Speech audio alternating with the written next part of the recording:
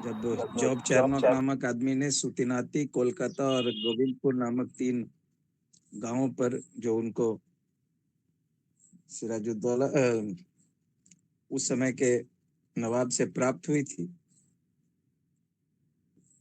तब उन्होंने उसको कलकत्ता बनाया और कलिकता गांव के नाम पर ही कलकत्ता उसका नाम रखाया। अब उसको इसीलिए कोलकाता कहते हैं। ये बहुत दिन के बाद जब ओरिजिनल नाम सब पुराने गांवों के आधार पर जब किया जाने लगा तब की बात है। और यहाँ उनके फोर्ट विलियम बनाया गया, जिसको फैक्ट्री, मतलब फैक्ट्री में अंग्रेज कोई उत्पादन का काम नहीं करते थे, बल्कि जहां पर वो लोग रहते थे और किलेबंदी करके दुर्ग जैसा बनाकर रखते थे। जिससे आपको पता है कि सन 57 का प्लासी का युद्ध शुरू होने के कारणों में एक ये भी कारण था कि वहां पर फ्रांस का भी चंद्रनगौर में बगल में ही फ्रेंच ईस्ट इंडिया कंपनी का भी जगह था और वो लोग किलेबंदी कर रहे थे बिना परमिशन लेके। तो नवाब ने मना किया, वो लोग मान गए। अंग्रेज करने लगे, वो नहीं माने। इसलिए एक कारण ये भी था कि उस समय जो झड़प हुई उसमें तो बातें की जाती हैं ब्लैक होल ट्रेजेडी और बाकी चीजों की, कि अंग्रेज हारे थे उस समय, वो उतने ताकतवर थे नहीं। लेकिन धीरे धीरे, चूंकि 57 की घटना तो 57 का प्लासी का युद्ध माना जाता है, एक हुल्लड़बाजी है, मतलब सुंदरलाल के हिसाब से, क्योंकि उसमें कोई युद्ध हुआ ही नहीं। मैदान में तो पहले से ही भ्रष्ट जो जगत सेठ, अमीचंद, मीर जाफर और इस तरह के बहुत सारे लोग पहले से ही बिके हुए थे और वहां पर लड़ाई हुई ही नहीं। सिराजुद्दौला को तो भागना पड़ा वहां से, बिना युद्ध के ही वो हार चुका था। खैर, ये सब उतनी महत्वपूर्ण नहीं थी जितनी कि 1764 के युद्ध की बात थी। और पहले ही 1763 में भी वहां एक एजेंसी की स्थापना की गई थी। ये सब हम लोग पिछले क्लास में किए कि इसका महत्व क्या था। और यहाँ पर पहाड़िया जनजाति जो है वो मूल जाति थी और बाद में संथालों को बसाया गया, जिनको कि बंगाल में सावतार कहते थे। और पुराना नाम सब जंगल त्री, ट्रैक, दामिने को, नरीखंड, इस तरह के सारी क्वेश्चंस, शॉर्ट ऑब्जेक्टिव क्वेश्चंस बहुत सारा इसमें बन जाता है। 10 क्वेश्चन तो मेरे हिसाब से अभी ही बन जाता है। एक तो उसके बाद की स्थिति में कि विल्किंसन रूल्स जो है वो 1837 में आया था, सबसे पहला अधिनियम इस भूमि संबंधी, रईती अधिकारों संबंधी कोल्हान के क्षेत्र में था। और उसी के आधार पर धीरे धीरे देखा जाता है कि 1800 में संथाल परगना का पहला एक्ट, सेटलमेंट रेगुलेशन एक्ट आता है। और बाद में 1908 में देखते हैं कि छोटा नागपुर एक्ट भी आता है, टेनेंसी एक्ट, काश्तकारी अधिनियम। और 1872 के एक्ट में ही अनुपूरक अनुबंध जब लगा दिए गए फाइनल शेप में 1949 में, संथाल परगना टेनेंसी एक्ट, संथाल परगना काश्तकारी अधिनियम, संथाल परगना भूधारण अनुपूरक अनुबंध सप्लीमेंट्री प्रोविजंस एक्ट 1949। इस पर 2-3 क्वेश्चन बन सकता है। फिर आपके ऐतिहासिक पृष्ठभूमि पर बहुत सारा बन सकता है। बंगाल की राजधानी क्या थी पहले, कलकत्ता उस प्रकार से कि राजमहल, या फिर उसका पुराना नाम क्या था। अगर जंगल त्री ट्रैक कहते थे उसको, नरीखंड कहते थे प्राचीन समय में, वगैरह। यहाँ की ओरिजिनल जो मूल जनजाति कौन सी है, चॉइस दे देगा कि संथाल, ज्यादातर लोग संथाल मारेंगे संथाल परगना में, पहाड़िया, संथाल, और कोई भी और, बाकी तो क्लियर है कि नहीं है यहाँ के मूल जनजाति। तो इस तरह से बहुत सारी चीजें, या संथालों को ही क्या कहते थे बंगाल में पहले जहां से आए थे। ये सब क्वेश्चंस इसमें बनते हैं। उसके बाद आखिर क्यों बनाया गया था, तो स्थायी बंदोबस्त के पहले से ही यहाँ पर एक्टिविटीज थी। 1772 से 82 तक पहाड़िया विद्रोह भी हुआ था और इसीलिए 1790 से 1810 के बीच में काफी लोगों को बसाकर वहां पर पहाड़ियों को ही अल्पसंख्यक करने की साजिश थी। हालांकि फिर 1855 में एक और हुल विद्रोह भी होता है जिसमें पहाड़िया भी संथालों का साथ देते हैं, क्योंकि अंग्रेज बाहर से लोगों को, पहले तो जनजाति को, मूल जनजाति को अल्पसंख्यक बनाने के लिए वो जनजाति ही लाए बाहर से। उसके बाद उसको भी जो लाए तो फिर गैर जनजातीय लोगों को भी यहाँ बसाने की प्रथा का आरंभ किया उन्होंने, जिससे उनको जब तकलीफ होने लगी तो फिर उन्होंने भी विद्रोह किया और गैर जनजातीय या जो बाहरी व्यक्ति थे उनको भगाने का वहां से प्रयास किया। हालांकि साम्राज्यवादी उसको दूसरी संज्ञा देते हैं, राष्ट्रवादी उसको दूसरी संज्ञा देते हैं।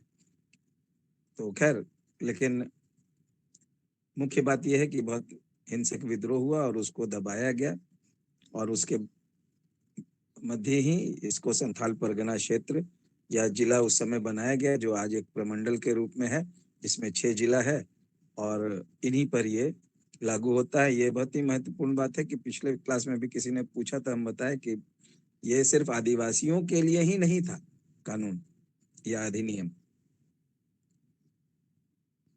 बल्कि कोई भी जो उस क्षेत्र में रह रहा है उस क्षेत्र के लिए ये अधिनियम था, चाहे ये हो चाहे छोटा नागपुर टेनेंसी एक्ट। उसमें क्योंकि प्रावधानों में भी आदिवासी, गैर आदिवासी, बहुत तरह के रैयतों की परिभाषा दी गई है, और उसके हिसाब से बहुत सारे अधिनियम के कानूनों के जो प्रावधान हैं उसके हिसाब से सुनिश्चित किए गए हैं। तो मुख्य उद्देश्य जो था इसका, जिस पर हम लोग आज आ रहे थे, कि मुख्य उद्देश्य वो मुख्य रूप से संसाधनों का असमान वितरण को रोकना, मतलब किसी के पास बहुत ज्यादा, किसी के पास बहुत कम, और जो मूल निवासी हैं उनके हाथ से जमीन का या भूमि का हस्तांतरण, खासकर इलीगल, जो गैर कानूनी हस्तांतरण या किसी के द्वारा कब्जा किया जाना या उनको भूस्वामी के द्वारा बेदखली कर दिया जाना, मतलब बेदखल कर दिया जाना, इन सबको रोकना था। क्योंकि इन्हीं सब चीजों जो कारण खोजे गए 1857 के बाद, उसमें मुख्य रूप से यही पाया गया कि यही सब जो भूमि संबंध और लोगों के आपसी संबंध है ग्रामीण क्षेत्र में, खासकर जब संथाल परगना क्षेत्र की बात कर रहे हैं, तो वो चूंकि अंग्रेजों के लिए बहुत ही महत्वपूर्ण था वो ट्रैक को सुरक्षित रखना। वहां पर बाद में तो और महत्वपूर्ण हो जाता है क्योंकि रेलवे ट्रैक भी बिछना है। तो वो उस संदर्भ में जब देखते हैं तो उस क्षेत्र में जो विद्रोह या विरोध के स्वर उठते थे, उसके मूल कारणों को खोजकर उसको ठीक करने की, समस्या का, कठिनाइयों का निदान करने की कोशिश इन कानूनों के द्वारा की गई। उसके पहले ही वो छोटा नागपुर में देख चुके थे, कोल्हान में देख चुके थे। तो खासकर आदिवासियों के बीच जो है वो ये बार बार जो विद्रोह हो रहे थे, और जिनको आदिवासियों की समझ अंग्रेजों को कम थी, तो उन्होंने सर्वे कराकर उनके समस्याओं का समाधान करने की कोशिश की गई। हालांकि उसके पीछे उनके जो मूल उद्देश्य थे वो तो उस संसाधनों को पूर्ण रूप से उपयोग करना और राजस्व की वसूली, चूंकि इस क्षेत्र में कम हो जाती थी क्योंकि वो लोग कभी किसी को दिए नहीं थे, तो उस तरह का लगान और राजस्व कर कभी दिया नहीं करते थे, तो इसलिए वो देना भी नहीं चाहते थे। लेकिन इसको किस तरह से वसूलना है उसके लिए नई नई नियमावली बनाई गई, जो उसके प्रावधानों में हम लोग देख सकते हैं कि अधिकतर चीजें इन्हीं सब चीजों के लिए प्रेषित की गई थी, ताकि इस क्षेत्र से वसूली भी की जा सके और विरोध और विद्रोह के स्वर कम हो सके। इसी क्रम में अगर उनके समस्याओं का निदान भी हो जाए तो कोई बात नहीं है, लेकिन मूल कारण यही था कि विरोध और विद्रोह से वो काफी डर गए थे, और इसको कंट्रोल करना, नियंत्रण में रखना उनके लिए बहुत ही कठिन काम हो रहा था। इसलिए कोशिश की गई कि शायद इन सब समस्याओं से निदान पाने के लिए कुछ प्रावधान सुनिश्चित करने होंगे, जो कि छूट गया था पहले, चूंकि जमींदार और सरकार के बीच में तो जो समझौता था हो चुका था, रैयतों और सरकार के बीच में समझौता हो चुका था, लेकिन काश्तकारों के संदर्भ में काश्तकारों का बाकी वर्गों से या सरकार से कोई समझौता या संबंध स्थापित नहीं किए गए थे, नहीं उसमें कोई निर्णायक प्रावधान लगाए गए थे। तो इसलिए इसमें स्पेशल खाली इस क्षेत्र में उनको लगा कि अगर जमीन उनके पास रहेगी आदिवासियों के पास, उस पर कोई अम, उनसे छीनेगा नहीं, अगर बेदखल नहीं करेगा, तो शायद वो लोग विद्रोह नहीं करेंगे। तो एक नॉन रेगुलेशन डिस्ट्रिक्ट बना दिया गया था इसको भूल के बाद। और संथाल परगना सर्वेक्षण के बाद संथाल परगना भूधारण अधिनियम, मतलब उस समय तो सेटलमेंट रेगुलेशन बनाया गया 1872 में, और उसके बाद ये सब किया गया। तो खैर, अब इसके मुख्य प्रावधानों में हम लोग बात किए थे। कुछ बहुत जगह आप देखेंगे 8 अध्याय हैं, बहुत जगह देखेंगे 9 अध्याय हैं। तो शायद 9वां अध्याय जो है वो संशोधन के बाद लागू हुआ, क्योंकि संशोधन होते ही रहते थे। और नहीं तो 8 अध्याय और 72 धाराएं इसमें हैं। तो मुख्य रूप से जो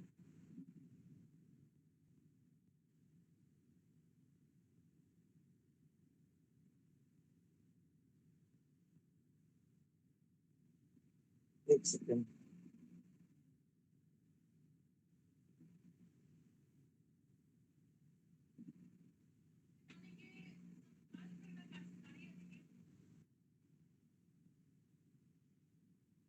तो मूल रूप से हम लोग देखते हैं कि पाएंगे कि जो अधिनियम, अगर 9 अध्याय और 72 धाराएं हैं, तो इसमें अध्याय पहला जो है वो 1 से 4 धाराओं तक का है, जिसमें इस अधिनियम का क्या नाम होगा, कब शुरू हुआ, क्या विस्तार होगा इसका, इसके कानून कहाँ कहाँ लगाए जाएंगे, इन सब चीजों के बारे में जिक्र है। आपको जो हम क्लास नोट्स भेजेंगे, शंकर का लिखा हुआ है, वो आज ही भेज देंगे। उसमें ये सब का जिक्र है, इसलिए बहुत ज्यादा आप परेशान नहीं होइएगा कि याद रहेगा या नहीं। कम से कम अध्यायों में क्या है ये सब उसमें लिखा होगा, और नहीं तो कहीं भी मिल जाएगा।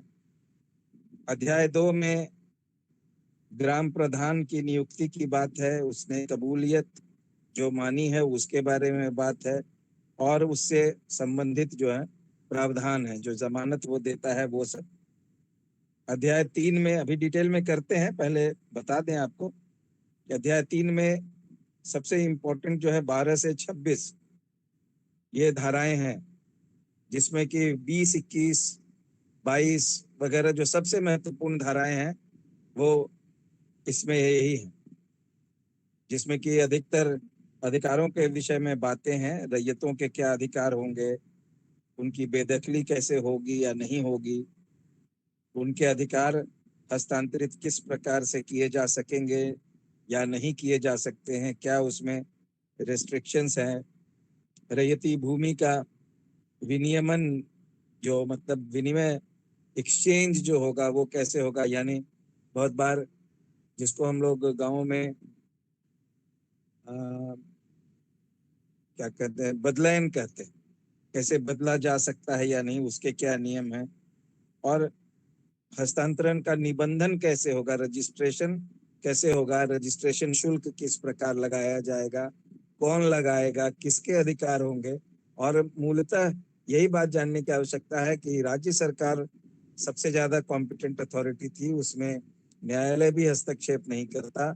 और दूसरी चीज कि राज्य सरकार के प्रतिनिधि के रूप में उपायुक्त यानी डिप्टी कमिश्नर जो है उसको सबसे ज्यादा अधिकार दिए गए थे, सभी चीज का निर्धारण का, निबंधन का, न्याय संबंधी भी उसको दिए गए थे। और अनुमंडल पदाधिकारी को कुछ हद तक, जो एसडीओ आजकल होता है, उसको दिए गए थे।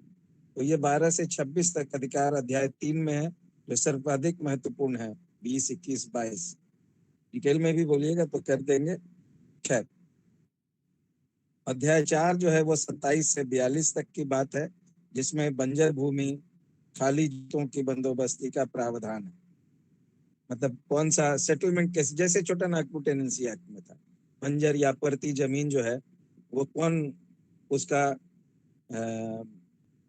बंदोबस्ती करेगा। पहले जैसे लैंडलॉर्ड कर लिया करता था, या ग्राम प्रधान कर ले सकता था, अब वो नहीं कर सकता है। यहाँ खासकर इस क्षेत्र में वो नहीं कर सकता है, बिना डीसी के परमिशन के कोई नहीं कर सकता है। तो उसके विषय में खाली उतना ही नहीं, और भी बहुत सारी चीजें उसमें हैं। फिर अध्याय 5 में 43 से 52 तक के अंतर्गत जितनी सारी बातें की गई हैं वो लगान संबंधी है। लगान के विविध प्रावधानों की उसमें प्रविष्टि की गई है। और अध्याय 6 में धारा 53 के अंतर्गत कुछ, सिर्फ एक ही धारा है उसमें 53, जिसके अंतर्गत कुछ प्रायोजन के लिए भूस्वामी द्वारा भूमि अर्जन का प्रावधान है। भूस्वामी किस प्रकार भूमि अर्जन कर सकता है, किन किन प्रावधानों के तहत, वो उसमें दिया गया था, लेकिन उसका प्रयोग अभी तक नहीं हो रहा है। और अध्याय 7 में 54 से 63 तक का है, जिसमें न्यायिक प्रक्रिया, जैसे छोटा नागपुर टेनेंसी एक्ट में भी बात किए थे हम लोग। और अध्याय 8 में 64 से 66 परिसीमन की बात कही गई, उसके सामान्य नियम बनाए गए, लिमिटेशंस क्या क्या होगा। अध्याय 9 में कहते हैं कि इसके अंतर्गत जो दंड दिया जाएगा, उसके लिए नोटिस जो होगा, उसका तामीला कैसे होगा, बकाया राशि की कैसे वसूली होगी, उसके प्रावधान दिए गए हैं। शायद ये संशोधन के साथ इसमें पारित किया गया। तो जो इसका मूल उद्देश्य था राज्य में भूमि सुधारों का, जो हम संथाल परगना काश्तकारी अधिनियम के तहत देखते हैं, या छोटा नागपुर काश्तकारी अधिनियम के तहत देखते हैं, या विल्किंसन रूल के तहत देखते हैं, या उसके बाद बिहार लैंड रिफॉर्म्स एक्ट के माध्यम से देखते हैं, उसका मुख्य उद्देश्य जो था, उन सब चीजों के लिए प्रावधानें सुनिश्चित की गई थी, जैसे कि समानतावादी सामाजिक संरचना बनाना, जो समानता हो, जिसमें चूंकि कोई बहुत ज्यादा अमीर था, बहुत ज्यादा भूमि थी, तो किसी के पास कुछ नहीं थी। ये सब चीजें अंग्रेजों के हस्तक्षेप के बाद आ गई थी, तो उसमें थोड़ा समानता लाना, या फिर भूमि संबंधों में शोषण को समाप्त करने की बात, क्योंकि शोषण नहीं होता तो फिर कोई दिक्कत नहीं थी। और साथ ही अगर ये सब चीजें हो जाती तो फिर ज्यादा जोत भी बढ़ाई जा सकती थी, कृषि के उत्पादन में भी वृद्धि हो सकती थी। तो कृषि के उत्पादन में भी वृद्धि करना, ताकि राजस्व की वसूली, लगान की वसूली सुनिश्चित की जा सके। और स्थानीय संसाधनों में समानता की अवधारणा को विकसित करना।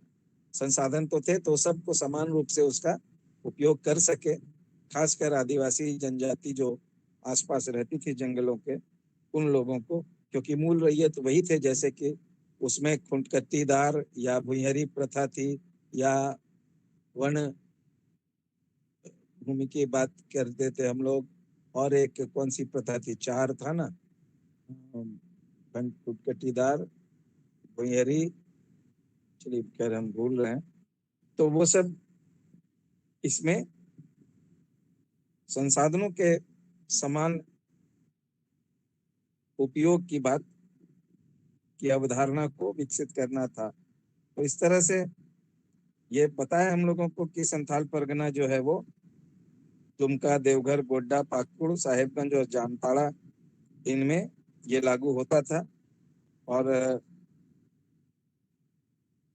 किस प्रकार ये बीरभूम और भागलपुर के जिला को काट कर संथाल परगना क्षेत्र उस समय बनाया गया था, जो सब बंगाल के ही पार्ट थे।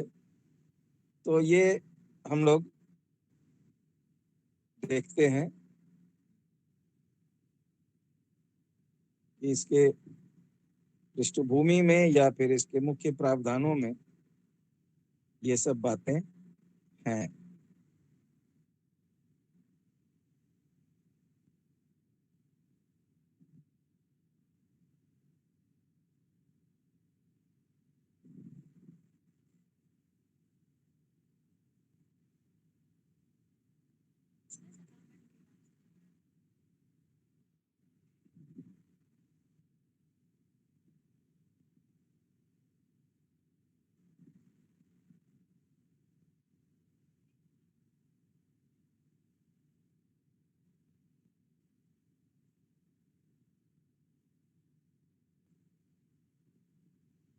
एक सेकेंड।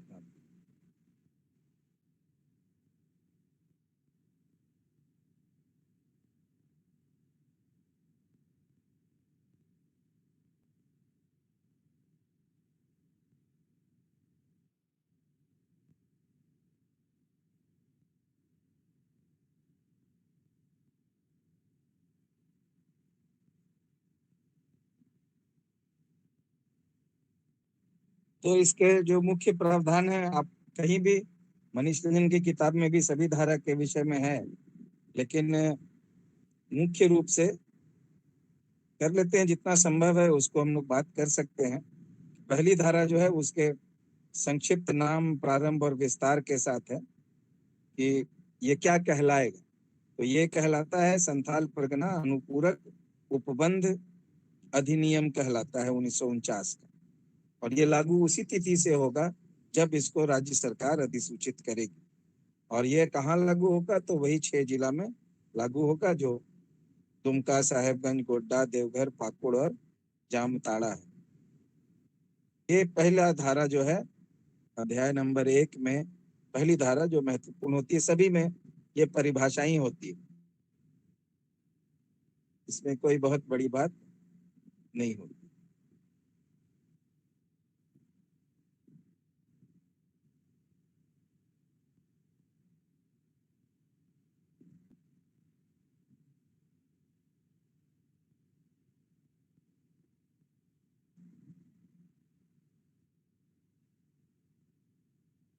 फिर धारा 2 जो है, हमको नहीं लगता इतना डिटेल में, खैर ठीक है। मेन हमको 20, 21, 22 के बारे में बताना था। खैर चलिए वहां तक पहुंचते हैं। धारा 2 में सिर्फ ये बात कही गई कि जो भी विशेषाधिकार है वो राज्य सरकार के पास है, और राज्य सरकार ही के पास ये अधिकार सुरक्षित रहेंगे कि इसमें कोई परिवर्तन होगा या नहीं अधिनियम में, या किस क्षेत्र से इसको वापस लेना है या इसको आगे बढ़ाना है, ये राज्य सरकार के पास ही रहेगा। तो उसके बाद बड़ा इसमें थोड़ा टेक्निकल है कि कौन सी चीजें रद्द की जा सकती हैं, कौन सी अनुसूची क में वर्णित हैं, तो किस सीमा तक वो रद्द की जा सकती है या नहीं, वगैरह। और चौथे में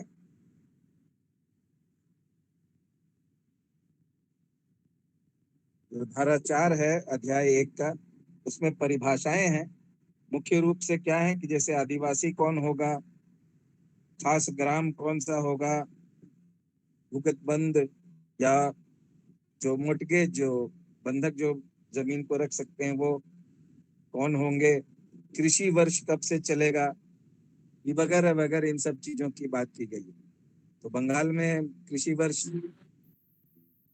अभी जैसे शुरू होता है, खेती की बात भी अभी शुरू होती है। बिहार में तो जेठ से चलता है, लेकिन वहां शायद आषाढ़ में चलता है शुरू, या फिर बैसाख से बंगला साल जो शुरू होता है, किसके अनुसार ये चलेगा, ये सब चीजें इसमें बताई गई थी।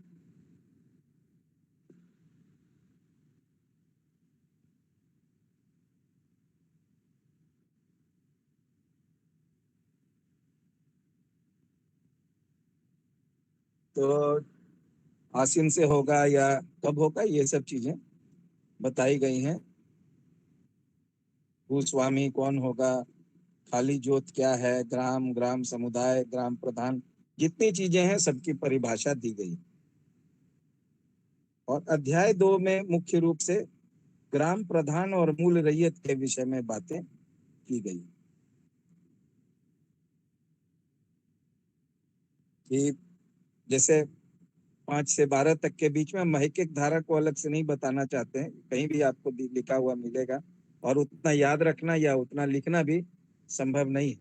तो ग्राम प्रधान की नियुक्ति कौन होगी, और जहां पर भी कोई खास ग्राम जो है, जहाँ की खास ग्राम कहते थे जहाँ मूल रैयत ना हो और ग्राम प्रधान नहीं हो, तो वैसे गांव में जहाँ कोई मूल रैयत अगर नहीं है और खास ग्राम नहीं है, तो वहाँ भूस्वामी रैयत, या जो भूस्वामी, रैयत जो होता है वो भूधारण करता है टेम्पोररीली, और भूस्वामी जो उसका मालिक होता है, जो लगान वसूली करने का अधिकारी होता है, तो वो उस रैयत या भूस्वामी के आवेदन पर वहां की रीति के अनुसार अगर 2/3 रैयत कहते हैं, सहमति है उनकी, तो उपायुक्त जो है, डीसी जो है, उस एरिया में, उस गांव में ग्राम प्रधान को नियुक्त करेगा।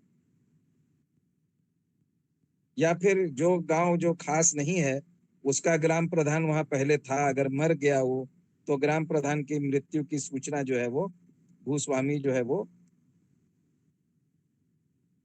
उपायुक्त को देगा। या फिर ग्राम प्रधान जब बन जाएगा तो उस कबूलियत जो होता है, मतलब वो कबूलता है उस पोस्ट को, तो उसके प्रति इतना जमानत देता है कि अगर हम ऐसा नहीं करेंगे तो हटा दिया जाए। वो सब चीजें धारा 7 में निर्गत की गई हैं। तो ज्यादातर ग्राम प्रधान और मूल रैयत की बात की गई है।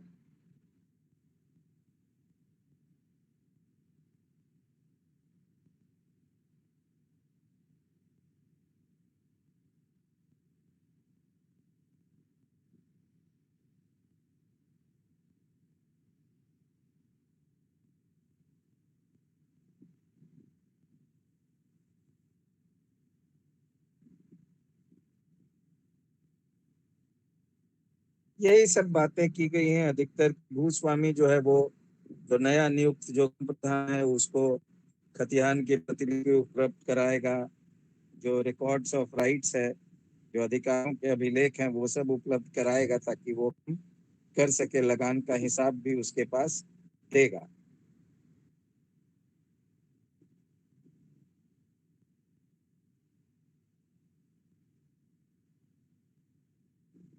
फिर ये बातें कही गई हैं कि जैसे एक बार ग्राम प्रधान बन गया कोई, तो वो अपने से किसी दूसरे को नहीं दे सकता है। उसके उस पद परिवर्तन का अधिकार नहीं होगा कि हम नहीं कर सकते हैं भाई, हम अपना अधिकारों को भी हस्तांतरित करें। वो उसके अधिकार में नहीं है, बिना उपायुक्त के वो चीज नहीं हो सकता है। इसी तरह से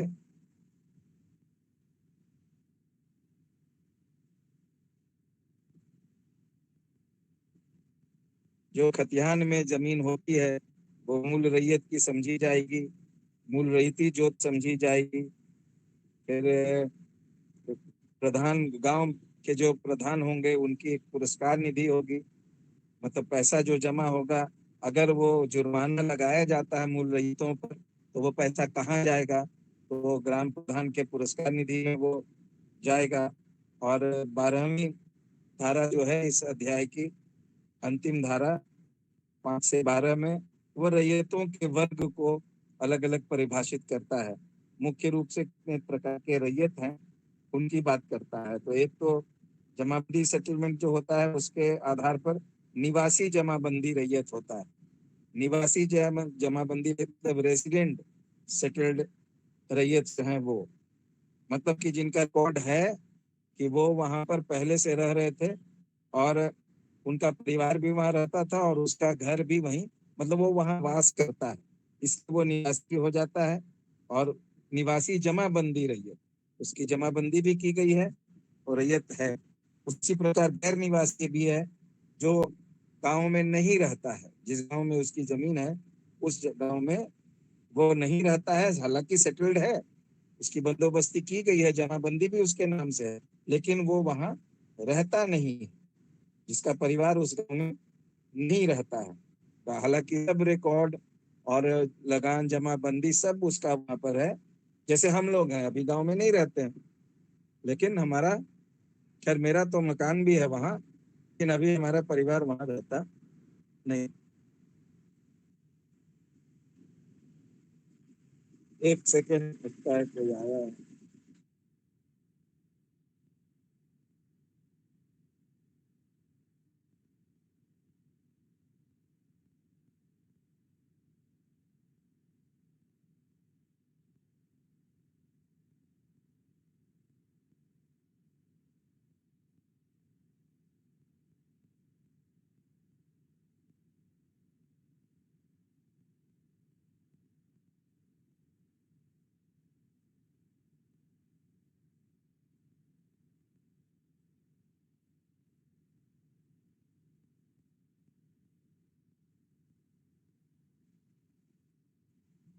घर पे रहने से इस होता है, भी गैस का सिलेंडर आ गया तो कभी कुछ हो गया और कोई है नहीं घर में।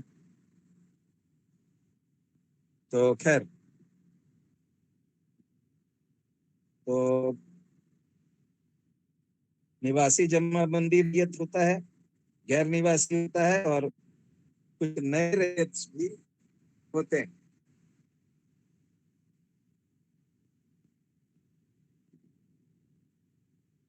तो ये 3 तरह के रैयत होते हैं। इसकी परिभाषा दी गई है कि जो रैयत नए आते हैं, मतलब बाद में जिनकी जमाबंदी होती है, वो नया रैयत कहलाता है। जो निवासी जमाबंदी रैयत नहीं है या गैर निवासी जमाबंदी रैयत नहीं है, वो नया रैयत के रूप में आता है।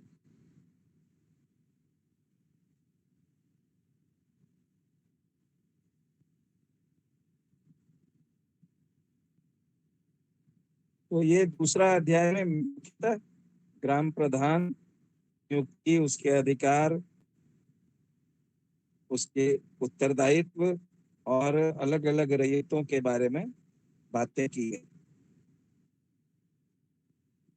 फिर उसके बाद जो है, भूमि उपयोग के संबंध में रैयत के अधिकार क्या हैं, वो सब बताया गया है। उपायुक्त के आदेश के बिना उसको बेदखल नहीं किया जा सकता है, ये सब बातें बताई गई हैं धारा 14 में। किसी भी को भूस्वामी के द्वारा बिना उपायुक्त के, डिप्टी कमिश्नर के अनुमति के बेदखल नहीं किया जा सकता है।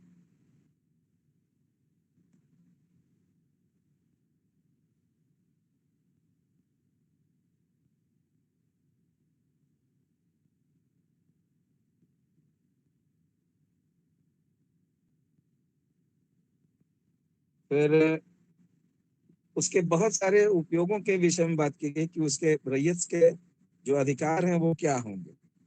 तो एक तो उसको हटाया नहीं जा सकता बिना डिप्टी कमिश्नर के अनुमति। फिर ईंट और कपड़े बनाने का भी काम वो कर सकता है। रैयत को अपनी जोत में ईंट और कपड़े बनाने का अधिकार होगा। संथाल परगना में, या हम लोग अभी भी कपड़ा समझते हैं कि क्या होता है, छत पर लगाने के लिए कपड़ा होता है, और ईंटा भी घर बनाने के लिए है। तो वो सब उसको बनाने का अधिकार होगा। या फिर अपनी जोत में वो बांध बना सकता है, या फिर वो तालाब खोद सकता है, कुआं खोद सकता है, लेकिन अगर उससे उस जमीन का मूल्य कम नहीं होगा तभी कर सकता है। मछली पालन भी कर सकता है। तो कोई भी रैयत जो है वो इस तरह का अन्य उत्पादन भी कर सकता है और उपभोग भी कर सकता है उसका। पेड़ भी लगा सकता है, लेकिन बिना अनुमति के नहीं कर सकता है। पेड़ का काट भी सकता है। महुआ को छोड़कर बाकी सभी कुछ अब उसको अधिकार प्राप्त है, लेकिन महुआ में उसको टैक्स लगाने की सरकार को दी गई थी। यह अधिकार इससे लिया गया था। तो इस प्रकार इसमें रैयतों के अधिकारों के विषय में ज्यादा बातें की गई हैं, और डिप्टी कमिश्नर को क्या अधिकार इससे मिल गया है वो बताया गया है।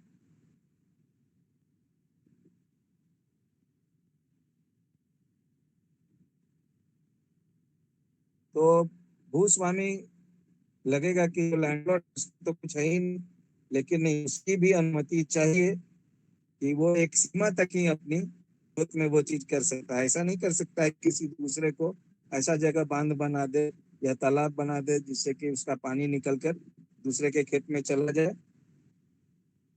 वो सब नहीं कर सकता है। किसी दूसरे को क्षति नहीं पहुंचाई जानी चाहिए।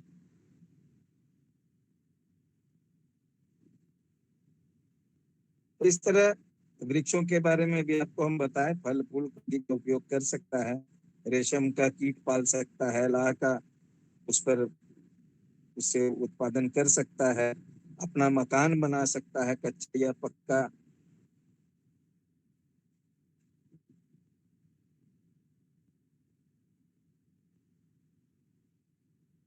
फिर अपने जोत का विभाजन भी कर सकता है। मान लीजिए कि खेती उससे नहीं हो पा रही है या बहुत ज्यादा है, अगर उसको लग रहा है कि हमसे नहीं तो हम इसको दूसरे को भी दे दें थोड़ा, तो भूस्वामी जो है वो ग्राम प्रधान या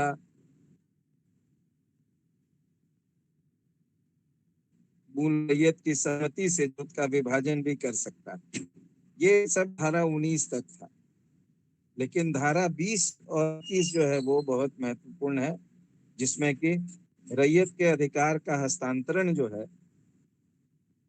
उसकी बात की गई है। कैसे वो बेच सकता है या नहीं, विक्रय की बात, दान दे सकता है या नहीं, बंधक में रख सकता है कि नहीं अपना जमीन, या पट्टा या इकरारनामा के द्वारा वो जमीन बेच सकता है या नहीं, हस्तांतरण कर सकता है या नहीं, अपनी वसीयत कर सकता है या नहीं।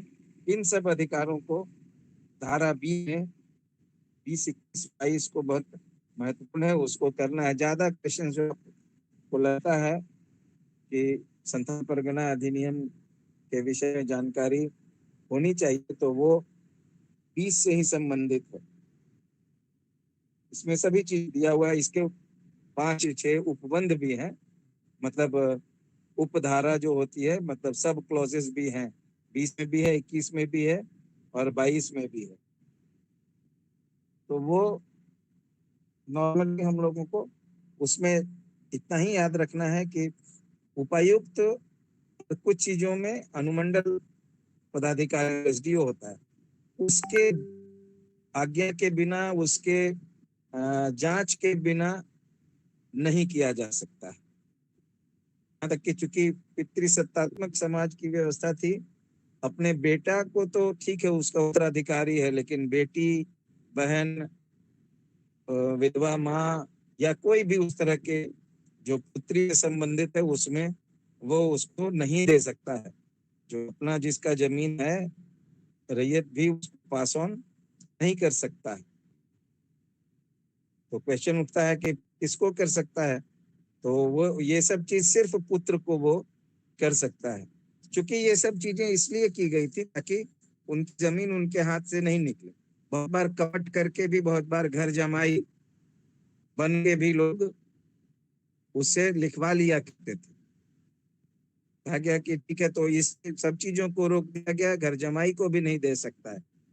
वो किसी भी आदिवासी जो है, जो जनजाति के हैं, वो जनजाति ही को दे सकता है, एक तो ये, लेकिन वो भी बिना अनुमति के नहीं दे सकता है। अगर ऐसा हो चुका है, पहले का भी हो चुका है, तो उसको भी उपायुक्त रद्द कर देगा और बिना कोई क्षतिपूर्ति के।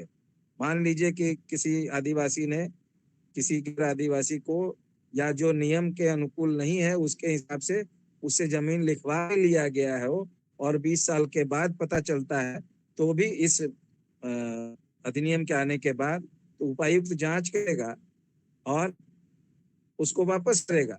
अगर वो आदमी मर चुका है, जो पहले लिख दिया था वो मर चुका है, तो उसके उत्तराधिकारी को देगा।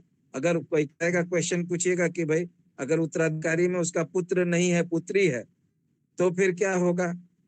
तो पुत्री को नहीं जाएगा, बल्कि वो अगर अपने जीवन काल में वो चाहेगा तो उसको 50% से ज्यादा नहीं, लेकिन 50% तक अपने बहन को, पुत्री को या माँ को या अपनी वाइफ को अपने मृत्यु के बाद पहले ही लिख के जा सकता है कि इनको दिया जाए, और बाकी जो बचा रहेगा वो शायद स्वामी का हो जाएगा, या फिर उपायुक्त, भूस्वामी भी नहीं अगर है उस समय, तो उपायुक्त उसको फिर से सेटल करेगा, फिर से उसकी बंदोबस्ती उसी क्षेत्र के किसी आदमी से, कोई आदिवासी से, जनजातीय व्यक्ति से कर दे।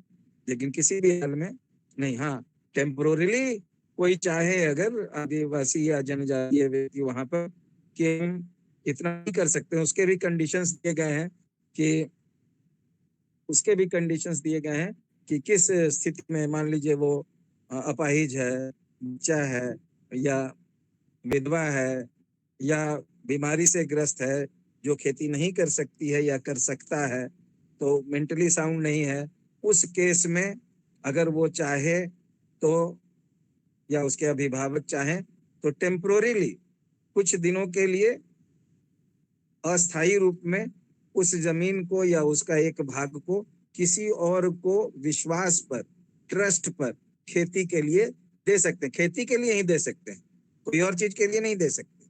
तो खेती के लिए उसको चाहे तो दे सकते हैं और फिर उस स्थिति, उस अवधि के बाद उसे वापस ले सकते हैं, लीज कर सकते हैं, बंधक रख सकते हैं, मॉर्टगेज कर सकते हैं, उससे लोन ले सकते हैं। बैंक जो अनुसूचित है उसके हिसाब से, उस जैसे कोऑपरेटिव एक्ट और उड़ीसा बैंक एक्ट के तहत रिजर्व बैंक ऑफ इंडिया का 1934 का रूल्स जो था उसको फॉलो करते हुए उससे लोन लिया जा सकता है, लेकिन टेम्पोररीली खाली वो कर सकता है। और अगर किसी को देना है कुछ दिनों के लिए, अगर करना है टेम्पोररीली, तो 6 साल से ज्यादा नहीं दिया जा सकता। और एक बार 6 साल के लिए दे दिए तो फिर 6 साल इंतजार करना है, तब फिर दूसरा बार कर सकते हैं। नहीं तो होता क्या है कि 6 साल के बाद फिर आदमी 6 साल के लिए कर दिया, 6 साल के बाद फिर 6 साल के लिए कर दिया, तो नॉर्मली उसी तरह से वो 60 साल तक कर सकता है। तो मेन जो पर्पस था कि उसके हाथ से जमीन निकल नहीं जाए, उसके लिए वो तो पर्पस ही डिफीट हो जाएगा। इसलिए ये सब चीज की मनाही थी और नियमानुकूल नहीं था। और अगर नियम के विपरीत होता है तो फिर उपायुक्त किसी भी समय उसको कैंसिल कर सकता है और उसके लिए कोई भी कॉम्पनसेशन देने का प्रावधान नहीं है। ये मॉर्टगेज में भी इसी तरह की चीज थी, बदलैन में भी इसी तरह की चीज थी कि वो पहले उपायुक्त जांच करेगा, वो समझेगा कि सही है, ये कोई गैर कृषि मतलब की बात नहीं हो रही है कि कोई बिजनेस करने के लिए दे दिया या फिर इसी तरह बेच देगा, खाली कहेगा कि हम बदलैन कर लिए हैं और एक ही तरह की भूमि होगा जिसका मूल्य एक ही तरह का होगा, तो हम भले एक गांव में या आसपास के गांव से अपनी जमीन लगभग उतनी ही दूसरे के साथ बदल सकते हैं, क्योंकि सुविधा होती है उससे बहुत बार कि मेरे जमीन के बगल में किसी और का जमीन है और जिस जगह उसका जमीन है वहां पर किसी और का जमीन है, तो आपस में मिलकर ये जमीन को उससे बदल लिए, वो जमीन को इससे बदल लिए, लेकिन सिर्फ खेती के पर्पज से। और अगर खेती नहीं हो रही है उस पर 10 साल तक, तो फिर वो उपायुक्त उसको फिर से सेटल कर सकता है या भूस्वामी को दे सकता है। तो ये ज्यादातर चीजें जो है अध्याय 3 और 4 तक में जो है आधा लगभग हम लोग आज किए हैं। कल हम लोग इसको पूरा करने की बात सोचेंगे। और संथाल परगना के बाद जो दोनों है वो हम बहुत डिटेल में उसमें, क्योंकि वो किसानों से जो हम लोग नॉर्मल देखते हैं वो चीज है, उसमें कोई अलग से क्षेत्र नहीं बना था। संथाल परगना या छोटा नागपुर का क्षेत्र, उसके नाम पर वो एक्ट नहीं बना था, चूंकि ये जनजातीय क्षेत्र था। और यहाँ पर जो इस तरह के विद्रोह थे उसको दबाने के लिए या वो आगे फ्यूचर में भविष्य में ना हो, इसलिए ये चीजें की गई थी। तो वो बंगाल और अवध में वो चीज देखने को नहीं मिलता है, वो सरल तरीका का है। तो उसमें बहुत ज्यादा हम लोग को डिटेल में करने की आवश्यकता नहीं है। उसका हम नोट्स भेज देंगे और उसको ज्यादातर एक एक क्लास में करने की कोशिश करेंगे, ताकि इस वीक में खत्म कर दें और उसके बाद हम लोग रिवीजन में चलेंगे। तो फिर बहुत सारी चीजें होगी, दूसरे तरह का रूटीन बनेगा, जिसमें हम जैसे 2 दिन लेंगे, 2 दिन मंडल जी लेंगे, 2 दिन अनुपम सर लेंगे, तो उस तरह से हम लोग बांट लेंगे और जो आपकी परेशानियां होंगी, कठिनाई होगी, उसको दूर करने का प्रयास करेंगे। तो आज के लिए इतना ही, 12:25 हो गया है।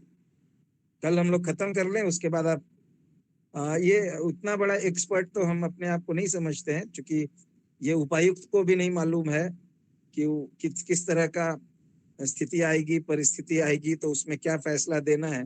तो हर चीज का उत्तर शायद संभव ना हो, लेकिन आपको कोई भी डाउट्स हो तो पूछिएगा, शायद हम अपने नॉलेज से जो हमको है वो बता सके, क्योंकि ये तो कोई जानता नहीं ना है कि कब किस तरह की स्थिति आएगी, परिस्थिति आएगी। लेकिन मुख्य प्रावधानों के अनुसार जो परिस्थिति या स्थिति आई है या अभी तक देखा गया है, वो सब चीजें बताई जा सकती। तो अधिकतर चीज बता ही देंगे, आप पूछिएगा, है ना। अगर पूछना हो तो पूछिएगा, नहीं तो ये भी बता देंगे कि कितना लिखना है। ज्यादा लिखने की आवश्यकता नहीं है। हम आपको जो हम लोग के क्लास में जो लोग, आप लोग को शायद ज्यादा डिटेल में बता रहे हैं, लेकिन बाकी लोग जो लिखा था उसी में से शंकर सर हैं आप लोग के, एक उन्हीं का हैंडराइटिंग में वो सब नोट्स है, तो वही हम भेज दे रहे हैं। आपको, हम ले लिए थे और दे दिया था, हम आपको भेज देते हैं। ठीक है, आज के लिए बस इतना ही। Thank you. Thank you sir.